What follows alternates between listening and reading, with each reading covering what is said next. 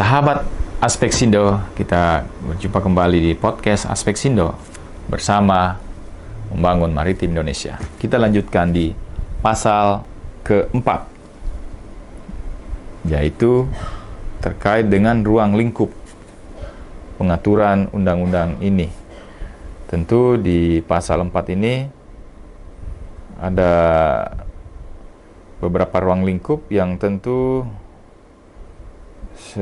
semua teman-teman sahabat Aspeksindo mungkin sudah mudah mencerna lah ya, ruang lingkup dalam undang-undang itu. Itu ada 7 di sini. Poin A, daerah kepulauan dan wilayah pengelolaan. Kemudian poin B, urusan pemerintahan. Kemudian di dalam ruang lingkup undang-undang ini juga mengatur terkait pendanaan daerah. Kemudian pembangunan daerah. Kemudian di situ ada masyarakat, ya, ada masyarakat. Kemudian bagaimana pengelolaan dan pemanfaatan PPKT dan partisipasi masyarakat. Saya kira sudah jelas ya. Di sini ada 7 ruang lingkup. Nah, selanjutnya kita masuk pada bab 4, ya. Daerah kepulauan dan wilayah pengelolaan. Ini dibagi atas beberapa bagian, ya. Bagian pertama itu terkait dengan penetapan daerah kepulauan. Daerah kepulauan terdiri atas 1. Daerah provinsi kepulauan. 2. Daerah kabupaten kota kepulauan. Jadi daerah kepulauan itu dibagi atas 2, ya. Kalau misalnya dia sudah masuk daerah provinsi kepulauan, berarti seluruh kabupaten kota yang ada di dalam provinsi tersebut itu secara otomatis menjadi daerah kepulauan atau disebut daerah kepulauan. Yang kedua, daerah kepulauan itu sendiri yang non-provinsi kepulauan. Nah, jadi tidak semua daerah kepulauan itu masuk dalam provinsi kepulauan. Jadi ada provinsi kepulauan, ada provinsi non-kepulauan. Nah, dalam provinsi non-kepulauan itu, di dalamnya ada daerah kepulauan. Nanti kita sebutkan daerah-daerah mana saja yang masuk di daerah kepulauan itu sendiri. 6. Poin 1. Penetapan provinsi menjadi daerah provinsi kepulauan dilakukan dengan memperhatikan huruf A.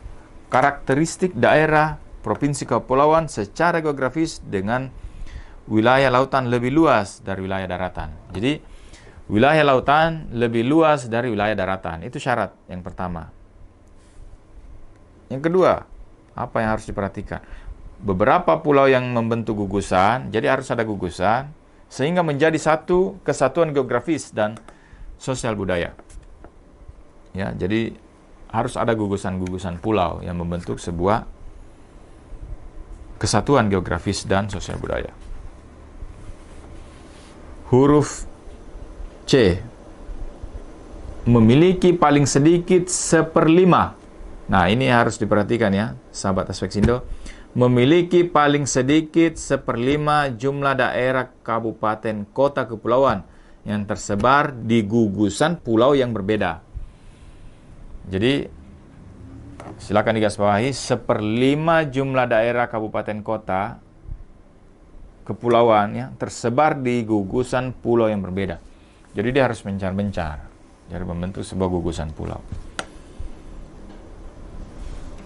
Poin kedua, provinsi sebagaimana tercantum dalam lampiran yang merupakan bagian tidak terpisahkan dari undang-undang ini ditetapkan sebagai daerah provinsi kepulauan. Jadi nanti akan ada penetapan provinsi kepulauan untuk memastikan bahwa ini termasuk kategori daerah kepulauan.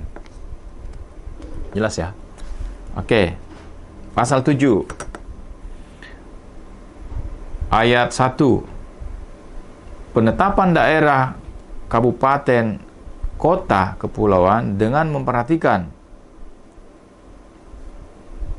huruf A. Karakteristik kabupaten kota secara geografis dengan wilayah lautan lebih luas dari wilayah daratan. Nah, ini hampir sama dengan provinsi kepulauan. Ini daerah kepulauan, berarti kabupaten kotanya nih harus lebih luas lautnya daripada daratannya. Huruf B, beberapa pulau yang membentuk gugusan pulau sehingga menjadi satu kesatuan geografis dan sosial budaya. C, memiliki paling sedikit 2 kecamatan yang tersebar di gugusan pulau yang berbeda. Jadi minimal harus 2 kecamatan yang tersebar di gugusan pulau yang berbeda untuk menjadi definisi daerah kepulauan. Nah, sahabat Aspek Sindo, ini akan menjadi perdebatan nanti karena beberapa daerah memiliki, ada yang punya ratusan pulau, ada yang punya puluhan pulau, tapi belum tentu memiliki 2 kecamatan yang tersebar di pulau-pulau tersebut dengan daratan yang berbeda ya. Misalnya Pulau A, Pulau B, Kecamatan A, Kecamatan B. Tapi kalau dia dalam satu daratan pulau, 2 kecamatan itu nggak termasuk. Gitu ya. Ayat 2 dalam pasal 7 ini, kabupaten, kota sebagaimana tercantum dalam lampiran yang merupakan bagian tidak terpisahkan dari undang-undang ini ditetapkan sebagai daerah, kabupaten, kota, kepulauan. Kita lanjut di pasal 8. Pasal 7 jelas ya. Nah, kini pasal 8 ayat 1, provinsi dan kabupaten kota yang akan ditetapkan sebagai daerah otonom dapat diberikan status sebagai daerah provinsi kepulauan dan daerah kabupaten kota kepulauan dengan memenuhi persyaratan sebagaimana yang dimaksud pasal 6 ayat 1 dan pasal 7 ayat 1. Nah, tadi sudah disebutkan ya. Kemudian status sebagai daerah provinsi kepulauan dan daerah kabupaten kota kepulauan sebagaimana dimaksud pada ayat 1 di atas ditetapkan dalam undang-undang mengenai pembentukan daerah otonom bersangkutan. Sahabat Aspek Sindo, jadi yang paling penting dari beberapa proses bedahan kita, yang paling penting untuk kita pahami adalah tadi ya, terkait dengan setidaknya 2 kecamatan yang tersebar di gugusan pulau yang berbeda. Tuh, ini penting nih sahabat Aspek Sindo nih. Kemudian di pasal 6 yang paling penting juga adalah memiliki paling sedikit 1/5 jumlah daerah, kabupaten, kota, kepulauan tersebar di gugusan pulau yang berbeda. Itu untuk provinsi ya, untuk daerah provinsi kepulauan. Sahabat Aspek Sindo, kita akan mengupas pasal berikutnya, yaitu wilayah pengelolaan.